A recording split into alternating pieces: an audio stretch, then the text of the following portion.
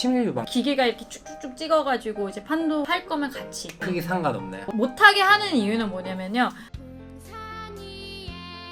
AI로 점점 유방에 가장 먼저 갈 거라는 얘기가 있기도 하던데. 맞아. 루닛 거기도 체스트랑 만모. 맞아요. 율리사에서 지금 저희도 만모를 하고 있기는 하는데 유방 초음파도 자동 초음파가 있어요. 아이고. 네, 그래서 사람이 하지 않고 이제 기계가 이렇게 쭉쭉쭉 찍어가지고 이제 판독을 하는 건데 결국엔 사람이 판독을 해야 되는 거라서 더 힘들다 그러더라고요. 맞아. 차라리 그냥 내 몸으로 몸빵하는 게 낫다.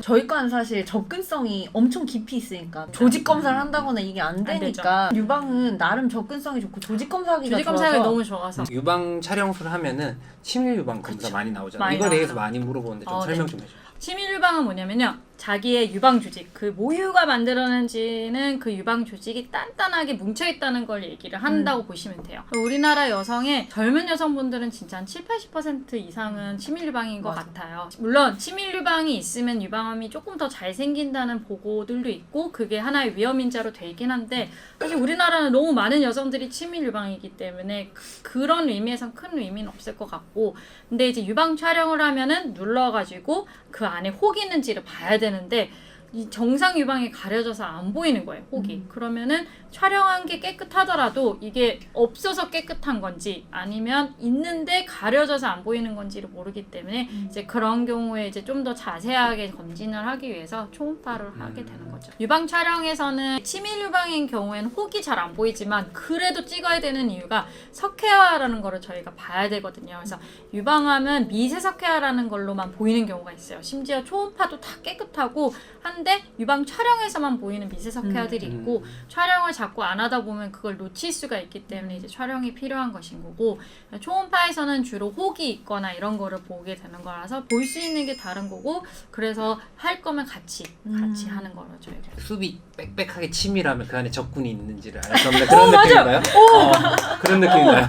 그래서 이게 듬성듬성 있으면 딱 봐도 저기 있네 이렇게 하는데 아니, 앞으로 이렇게 설명해야겠다. 비유의 천재. 아주 좋아. 유방 촬영이 너무 아파서 너무 아파요 선생님. 약간 기계에 매달리는 느낌이지 않아? 나는 그 기술력에 너무 감탄해서 이걸 뭔가 이게 종이 접듯이 이렇게 접어가지고 집어넣잖아요. 이렇게 한번 접고 이쪽도 잡아요.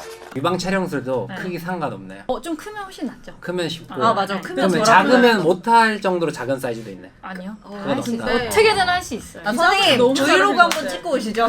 안무 한번 찍고 오세요. 남자들 너무 잘 되면 어떡해요? 너무 잘 되면 어떡해요? 셀프로 그냥 할게요 브이로그 이렇게. 한번 다 모아서 이거 넣는 거 이거 한번 이렇게 해봐야 되는데. 정해져 있거든요. 왁싱 브이로그 하나랑 만모 브이로그 좋다. 남자도 유방암 생기나요? 생기죠. 제가 굉장히 조정석. 좋아하는 조정석 씨가 이제 질투의 화신에서 유방암 환자로 나왔었습니다. 조정석 씨. 모르셨어요?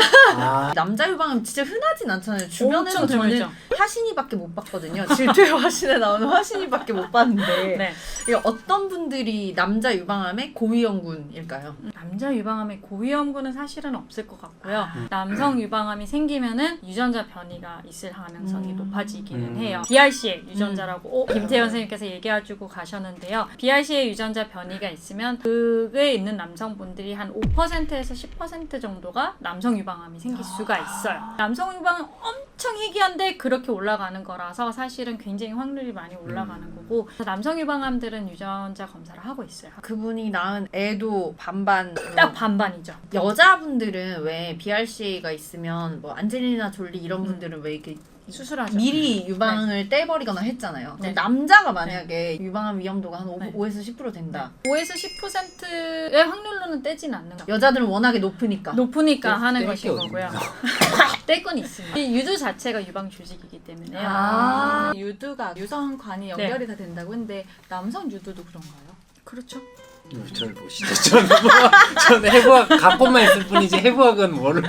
최근에 치료하신 네. 분도 유두에서 뭐가 생겨서 뗐는데 그게 결국 유방암이라고 나옵니다. 남자분이요. 와. 유방암은 당연히 가족력이 있다고 다들 알고 계신데 이 가족력의 위험도는 네. 얼마나 될까요? 가족력은 굉장히 중요하죠. 근데 가족력도 어떤 가족력이냐가 사실 중요해요. 가족력이라는 거는 두 개거든요. 하나는 유전자 이고 하나는 네. 환경이거든요. 그래서 어떻게 공유가 되느냐에 따라 다른 거고 할머니가 유방암이시고 70대에 생기셨다. 70대에 생겼다는 거는 유전적인 인자보다는 그냥 노화 관련된 것이 가능성이 크고 가족분 중에 젊은 나이에 생긴 분일수록 그런 가족력에 대한 영향이 더 클 수밖에 없어요. 왜냐면 젊은 나이에 생기면 유전적인 요인의 가능성이 크고 그럼 그런 걸 우리가 공유를 하고 있는 것이고 명수도 중요하고 몇 명인지. 젊은 나이라는 거는 폐경 전 젊은 여성 유방암은 보통 40세 정도를 40세 기준으로 정도. 봐요. 네. 보통 가족분의 젊은 나이에 진단받으시는 분 있으면 그분이 진단받은 나이에서 한 5년에서 10년 일찍 검진을 받으라고 권해요. 예를 들면 40세에 진단을 받으셨으면 30대부터 검진을 하도록 하곤 있죠. 이런 사람이 몇 명 정도 있으면 나는 좀 위험한 사람이 되는 걸까요? 근데 핵가족화잖아요. 그렇긴 합니다. 그쵸. 10명의 가족 중에 1명 있는 거랑 2명의 가족 중에 1명이 있는 거랑은 똑같다고 볼 수는 없는 완전 거거든요. 근데 다르네요. 요즘은 다 핵가족화이기 때문에 1명이 있다고 그 위험도를 더 작다고 볼 수가 없는 거죠. 그러면은 또 한 가지 가족력이 있는 환자들의 유방암이 예후가 더 안 좋을까요? 아니요. 그런 그건 건 전혀 없습니다. 다행이네요. 네, 그래도. 그러게요. 네, BRC에도 마찬가지예요. BRC 유전자 변이 있다고 예후가 더 안 좋은 건 아니기 때문에 전혀 상관없습니다. 요즘 건강검진에서 BRCA도 검사를 종종 하는 것 같더라고요. 검진에서 유전자 검사하는 거는 별로 권하지는 않아요. 왜냐면은 유전자 검사라는 건 나를 검사하는 거지만은 내가 이상이 있으면 내 가족들도 이상이 있을 수가 있고 그거를 나와 내 가족들이 감당을 할 수 있는 정보인지가 사실은 되게 중요하거든요. 그래서 원하지 않게 그 정보를 알게 되면서 굉장히 고통스러워하는 분들도 볼 수가 있기 때문에 병원에서는 저희가 유방암 환자들한테는 유전자 검사를 할 때는 유전 상담을 해요. 어떤 검사를 해드리고 환자분이 이런 영향을 받을 수 있고 막 환자가 20명 밀려 있어도 그걸 꼬박꼬박 다 설명을 하거든요. 그래서 그런 거를 받을 기회 없이 그냥 검사 결과를 받았으면은 이제 그런 유전 상담을 받으러 와야겠죠.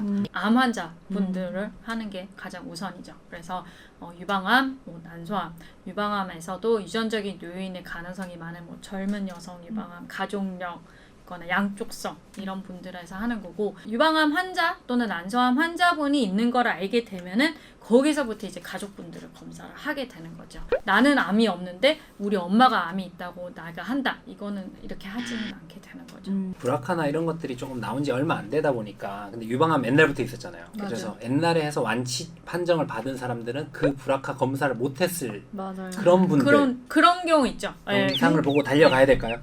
예를 들면 5년 산정특례가 끝나고 하시면 너무 비싸거든요, 사실은요. 근데 가족력을 봐야죠. 네, 엄마가 뭐 되게 젊은 나이에 생겼고 뭐 이모도 있었고 할머니도 있었고 그래서 가족력을 보니까 이건 좀 가능성이 높겠다 하면은 엄마를 검사를 하는 방법이 다른 또 검사가 있어요. 그래서 BRC에만 보지 않고 아주 여러 개의 유전자를 이제 판넬로 볼 수 있는 게 있고요. 이거는 가격은 이제 본인 부담 50%라 조금 더 비싸지만은 그래도 산정특례 있는 거랑 상관없이 할 수 있는 검사이긴 해요. 일단 찾아가면 되죠. 상담을 오세요. 찾아가면 돼요. 와주세요. 상담을 유전 상담을 할 수 있는 사람이 해야 가치가 있는 거 아닐까 싶습니다. 많이 의심이 되면은 결국은 조직 검사를 권유를 하게 되는데 네. 어떤 경우에 조직 검사를 권유를 하고 네. 조직 검사는 또 어떻게 진행이 되는지 그냥 외래에서 하면 되는지 총 조직 검사 아니면 뭐 중심 생검이라고 불려지는 거고 그거는 이제 초음파로 보이는 혹이 있을 때 하는 거라고 보시면 돼요. 그래서 초음파로 보면서 이제 피 뽑을 때보다 좀 더 두꺼운 바늘을 넣어서 약간 쏘듯이 가운데 조직을 일부 빼는 그런 방법이 제일 흔하게 이용되는 것인 거고요. 아까 말씀드린 미세석회화 같은 것들이 있을 때는 초음파로 보이는 건 아무것도 없고 유방 촬영, 엑스레이를 찍어야지만 보이는 건데 보여야지 조직 검사를 할 거 아니에요. 네. 그러니까 유방 촬영을 한 상태에서 조직 검사를 해야 되기 때문에 이거는 수술을 하거나 진공흡인 생검술이라는 게 있어요. 유방 촬영한 상태에서 상품명이지만은 이제 맘모톰이라고 많이 알려져 있는 그런 걸 이용해서 조직 검사하는 방법이에요. 그래서 가장 기본적인 방법은 그 두 가지인 거고요. 그랬는데도 여전히 암인지 아닌지가 애매하고 암일 가능성이 있겠다 싶으면 수술까지 이제 하게 되는. 하는 기준은 딱 영상으로 봤는데 이거는 암일 가능성이 2% 이상이겠다 싶으면 조직 검사를 권하게 됩니다. 환자들도 요새는 맘모톰이라는 거를 되게 많이 알고 있고 이게 장점과 단점이 있을까요? 사실 맘모톰은 상품명이고요. 정식명은 진공흡인 보조 생검이라는 검사예요. 이제 음압을 걸어서 빨아들이면서 조각을 내면서 이제 혹을 떼는 건데요. 가장 큰 장점은 이제 혹을 떼면서 조직 검사를 할 수 있다는 장점인 거죠. 그 다음에 국소 마취로 하는 거니까 외래에서 할 수가 있는 것이고 입원을 하지 않아도 된다는 장점이 있고 그 다음에 제일 큰 장점은 아마도 상처가 안 남는다는 거죠. 네. 바늘이 좀 굵은 편이기는 해서 뭐 한 0.5에서 1cm 정도 절개를 넣어야 되기는 하지만은 나중에는 거의 없어지기는 하거든요. 단점이라면은 유방암을 마모톰에 놓는 거는 별로 좋지 않아요. 암이라는 거는 한 덩어리로 깔끔하게 떼내는 것이 이제 수술법 중에서 가장 사실 필수에 해당이 되는 것인 건데 마모톰을 해놓으면은 어떻게 보면 난도질 해놓은 거나 다름이 없기 때문에 암이 의심되는 경우에는 절대 저희가 할 수가 없습니다. 유방암이 진단까지 됐다고 하면 우리가 치료는 어떻게 하나요? 사실 산부인과 같은 경우에는 난소암이나 자궁 내막암은 거의 무조건 수술을 그쵸. 하고 자궁 경부암 같은 경우는 수술하는 케이스가 있고 좀 진행된 케이스는 항암 방사선을 먼저 하기도 하거든요. 유방암은 어떻게 되는지 조금 설명해 주실 수 있을까요? 다른 데로 전이가 있는 유방암 사기에 해당되지 않는 이상은 수술이 제일 중요하기는 해요. 물론 수술을 하고 항암하기도 하고 항암을 하고 수술하기도 하지만은 0기부터 3기까지는 수술이라는 게 꼭 들어가게 되는 거고 거기에 이제 항암, 방사선 아니면 항호르몬 치료 이런 게 더해지는 거고요. 겨드랑이 림프절까지는 3기 이내로 보고 있는 거고요. 다른 장기 제일 잘 가는 곳이 뼈랑 폐랑 간, 그다음에 가끔 머리 정도거든요. 그래서 그런 장기로 가 있을 때 우리가 4기라고. 4기에 해당되는 분들은 일단 약물 치료가 우선이 되는 거고요. 이제 좀 약물 치료가 반응이 아주 좋고 좀 특별한 경우에는 간혹 수술까지 가게 되기도 하죠. 네. 암 같은 게 보통은 젊은 사람에서 좀 더 진행이 빠르고 네.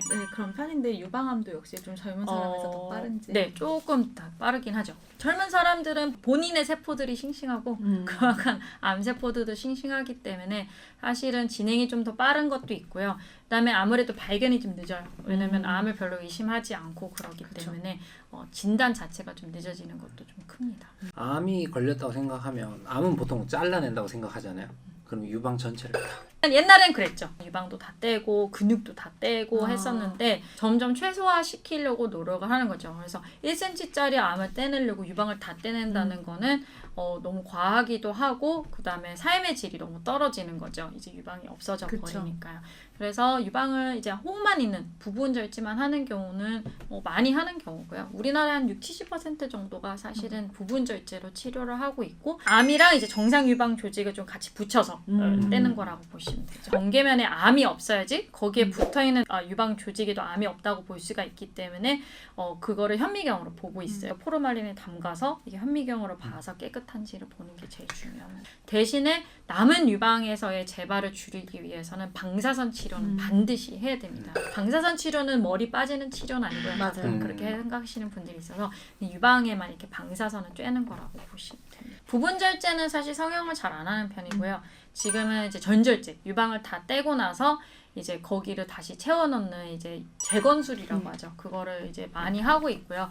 한 4-5년 전에 이제 보험까지 적용을 받으면서 굉장히 이제 활발하게 하고 있어서 그러면서 네, 전절제술의 비율을 조금 더 올라가기도 했어요. 그 재건을 하면서 그냥 전절제 그렇죠. 조금 편하게. 네네. 왜냐면 부분 절제에서 흉할 것 같으면 차라리 전절제하고 재건하는 게 낫거든요. 네. 제일 흉한 거는 그냥 전절제. 그 다음에 좀 덜 흉한 거는 전절제의 재건술 아니면은 부분 절제인 건데 이제 그 우위를 봐가지고 부분 절제를 하느니 그냥 전절제 재건술 하는 게 낫겠다 하면은 이제 전절제를 하게 되는 거죠. 생각보다 유두나 이런 것도 되게 섬세하게 잘 만들어 주시더라고요. 네, 만들기도 하고요. 유두도 많이 살려요, 사실은요. 이 유두 자체가 유방 조직이긴 한데 암이 거기에 침범하고 있지만 않다면은 유두를 살리더라도 재발률이 다르지 않다는 것은 보고가 되고 있어서 유두를 많이 살리고 있고 유두 살리면 더 낫죠. 그래서 저는 대학병원에서 유방 재건하신 분들 진짜 너무 존경스러워요. 대단하죠. 네, 진짜 수술도 멋있는. 길고. 맞아요. 너무 좋은 일 하시는 그러니까 진짜 암 치료도 하면서 모양도 살리면서. 그렇죠. 네. 네. 난소암이면 양쪽 다 떼거든요. 그쵸. 남게 유방 양쪽 다 떼나요?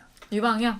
일부러 다 떼지는 않아요. 뭐 양쪽 유방암이면 다 뗄 수는 있지만은 이제 한쪽만 유방암이 있고 반대쪽은 없으면은 반대쪽 떼는 걸 우리가 예방적으로 떼는 거라고 하거든요. 물론 그거를 선호하시는 선생님들도 있을 수는 있겠지만은 대개는 유전자 변이 같은 거, BRCA 같은 유전자 변이 있어서 유방암에 생길 확률이 높겠다 하는 경우에는 좀 하는 편이고 가족력도 없고 그러면은 잘 하진 않는데 미국은 많이 해요. 학회 같은 데 가면은 비판적으로 얘기하는 것들도 많아요. 유럽이나 이런 데서는 너무 많이 한다 이렇게 얘기하는 것들도 있는데 실제로 의사들이 좀 권하는 것도 있는 것 같고요. 그 다음에 다 하니까 그렇게 많이들 그렇게 하니까 나도 그렇게 해야 되는구나라고 생각하는 것도 있는 것 같아요. 늘 말씀드리지만 각 나라마다는 환경이 다르니까 예 그리고 환자군도 다르기 때문에 뭐 여기를 이렇게 바로바로 적용시킬 수는 없어서요. 똑같을 수는 없죠. 네. 이 유방암 결국 수술을 하고 나면은 네. 림프절도 꽤 많이 절제를 하게 되는데 그러고 나면 합병증으로 좀 고생을 하시는 것 같더라고요. 그래서 여러 가지 합병증 어떤 게 생길 수 있는지 특히 또 저희가 알기로는 림프 부종으로 네. 고생하시는 분들이 많더라고요. 사실 유방암 수술 자체는 그렇게 힘들지는 않거든요. 저희는 다음날 퇴원해요. 아 진짜요? 네. 네, 환자분들이 다음날 퇴원하시는데 막 아픈데 억지로 가시는 게 아니라 그냥 되게 산뜻하게 잘 가시거든요. 너무 수술 잘하셔서 그러지. 갑자기 맞네.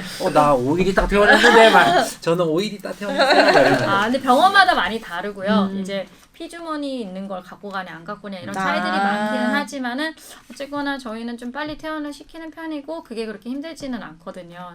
그래서 유방암 수술의 후유증은 사실은 거의 유일하게 제일 문제가 되는 거는 림프 부종이라고 하는 후유증이긴 해요. 두 번째는 어깨 문제인 건데 이 두 개 다 이제 겨드랑이 림프절을 수술하다 보니까 생기는 후유증에 해당이 되는 거는 있어요. 그래서 어깨는 이제 겨드랑이 안에 신경이 좀 많다 보니까 어깨 문제가 좀 잘 생기고 움직임에 불편함이 생기면서 있는 거고요. 림프절을 떼다 보니까 팔에 있는 림프액들이 이제 겨드랑이 쪽으로 이렇게 빠져나가야 되는데 잘 못 빠져나가면서 생기는 후유증이거든요. 근데 림프절을 몇 개를 뗐는지에 따라서 림프 부종의 위험도도 달라지는 게 있어요. 치료하기가 사실 쉽지 않고 굉장히 관리가 필요한 병인데 그래도 요즘에는 성형외과에서 수술을 하는 게 좀 있기는 해요. 그리고 효과를 좀 보시는 분들도 있어서 나중에 한번 다뤄주세요. 네. 너무 다루고 싶어요. 분당 서울대병원에서 이제 유방 재건이나 그 림프 부종 하신 성형외과 선생님하고 얘기를 나눈 적이 있는데 산부인과도 사실은 이 골반 림프절 절제를 진짜 많이 하기 때문에 제 환자들 중에서도 림프 부종으로 고생하신 분이 계셨거든요. 근데 분당 서울대병원은 이제 골반도 같이 하신다고 하더라고요. 림프 부종 치료를. 그러면 이 림프 부종에 대한 수술은 이게 림프 부종이 생기고 난 뒤에 하나요? 아니면 수술하면서 임파선을 떼면서 같이 연결을 하는 건가요? 같이 하는 것도 있고요. 생기고 나서 하는 것도 있는데 같이 하는 거를 선호하는 선생님들은 같이 해야지 좋다, 예방이 된다 하지만은 이제 그걸로 인해서 생기는 수술 시간이 길어지는 게 있고 그다음에 협업에 문제가 있기 때문에 그거는 사실 그렇게 하는 데는 거의 없고요. 사실은요. 네. 대개는 생기고 나서 하게 되죠. 유방암 있는 분들은 그쪽 팔에 수액줄도 못 잡게 하잖아요. 네. 그 꼭 절대 잡으면 큰일 나나요? 저 진짜 궁금했어요.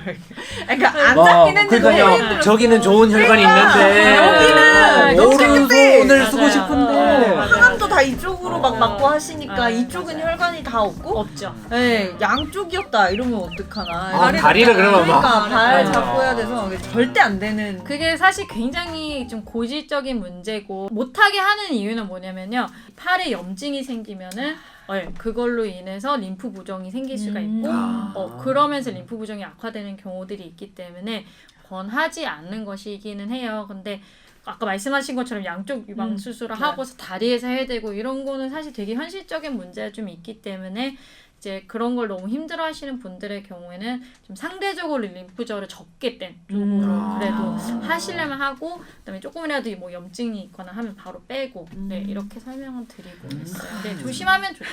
네. 그래서 가끔 정형외과에서 연락이 와요. 그쵸. 네, 왜냐면 정형외과 동기분들한테 이제 뭐 팔이라든지 손 수술하고 나서 생겼는데 어떡하냐 뭐 이런 얘기를 하기도 해요. 유방암 환자에서 이제 항암까지 해야 되는 경우에 이제 또 가입력, 이제 임신할 수 있는 능력을 또 보존하는 것에 대해서 또 이야기 안 할 수가 없어요.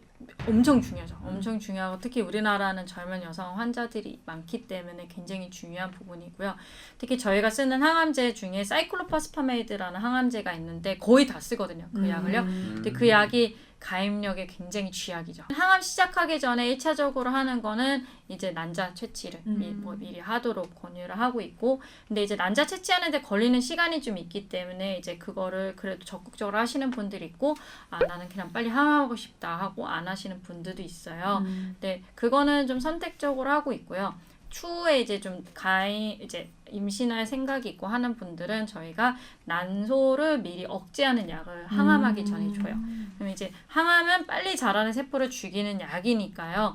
난소들이 빨리 안 자라게 억제를 시켜 놓으면은 이제 항암제에 대한 영향을 좀 덜 받으니까 그런 난소 억제하는 약을 산부인과에서도 많이 쓰는 네, 약이죠. GnRH 네네네. 그거를 네네. 이제 저희가 미리 주는 거죠. 근데 그래도 가장 골드 스탠더드, 가장 기본 제일 좋은 방법은 난자 채취. 근데 많이 안 해요, 사실은요. 저 암이 그게 먼저니까. 급한데. 네, 그렇긴 한데 그래도 했으면 좋겠고.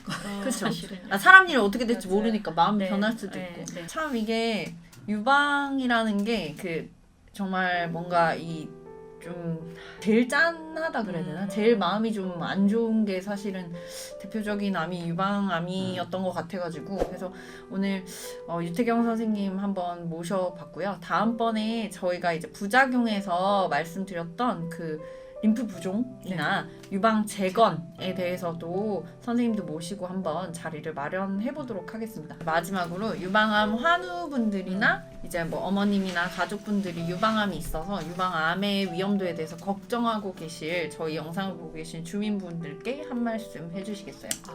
짠하다고 말씀을 하셨는데요. 사실은 유방암은 정말 치료가 잘 되는 병에 해당이 되거든요. 유방암이 전 세계 1위 암이라고 그랬잖아요. 그 전 세계 1위 암에 치료할 수 있는 약을 만들면 제약회사들이 돈을 얼마나 많이 벌겠어요. 그래서 제약회사들에서 엄청 덤벼듭니다. 그리고 그만큼 신약들이 계속 나오고 있고 그만큼 치료도 굉장히 좋아지고 있거든요. 그래서 쓸 수 있는 약들이 많고 할 수 있는 게 많아요, 사실은요. 그래서 환자분들이 그냥 수술로만 끝났으면 하는 마음이 있지만은 저희 입장에서는 수술 외에 해줄 수 있는 게 더 많다는 건 오히려 치료가 더 잘 된다는 걸 사실은 의미하기도 하기 때문에 이제 굉장히 벅차게 다가오겠지만 그만큼 난 할 수 있다는 거 많은 것을 사실은 잘 받고 하시면 좋을 것 같고요. 걱정이 되시는 분들은 사실 너무 걱정하지 마세요. 잘 검진하고 하시면은 빨리 발견하면 문제 없기도 하고 검진 잘 받으시기 바랍니다. 네. 저는 유방암 하는 분들을 보면서 참 좋았던 게 그 환우회 같은 게 너무 잘 맞아. 돼요. 너무 잘 그래서 돼 있죠. 서로 의지되고 되게 네, 좋을 것 맞아요. 같다는 생각을 했어요. 선생님께서 그 존경에 맞지 않는 노동영 어, 선생님께서 만드시는데 네, 우리 예. 비너스회가 있죠. 네네. 나만 그런 게 아니라는 게 맞아요. 중요한 것 같아요. 네. 혹시 유태경 선생님을 모시고 또 얘기를 나눠보고 싶은 게 있으시면 밑에 댓글로 남겨주셔도 되고 진료를 보러 가시는 게 많이 들어오세요. 아무리 저희가 유튜브에서 떠들어도 저희는 여러분의 주치의가 아니기 때문에 이런 디테일한 것들에 대해서 상담을 절대 사실 하기가 어렵거든요. 이전 병원에서 검진 받으셨던 자료들을 들고 가시면 훨씬 더 상담에 있어서 선생님이 자세하게 해주실 수 있을 거라고 믿습니다. 그러면 지금까지 우리 동네 산부인과였습니다. 와! 저희 과에서는 종양표지자, 네. CA125 이런 것도 있는데 유방암 환자분들도 수술 전후에 하는 종양표지자가 있을까요? 하긴 해요. CA도 보고 CA19-9도 보는데 사실 별로 의미는 없어요. 그런가요? 네, 요번에 브라체크인가? 서울대에서 그 마스터 규모 체크. 마스터 체크. 네 맞아요. 브라체크 뭐야? 편집. 그래도 제가 하나 이렇게 잡아왔잖아요. 그래도 가끔 도움은 되긴 해요. 최근에 어떤 분이 CA 수치가 이제 추적 관찰하는 분인데 올라가 있어서 심심하니까 내시경 한번 해보세요. 했는데 얻어 걸렸죠. 위암 발견돼가지고.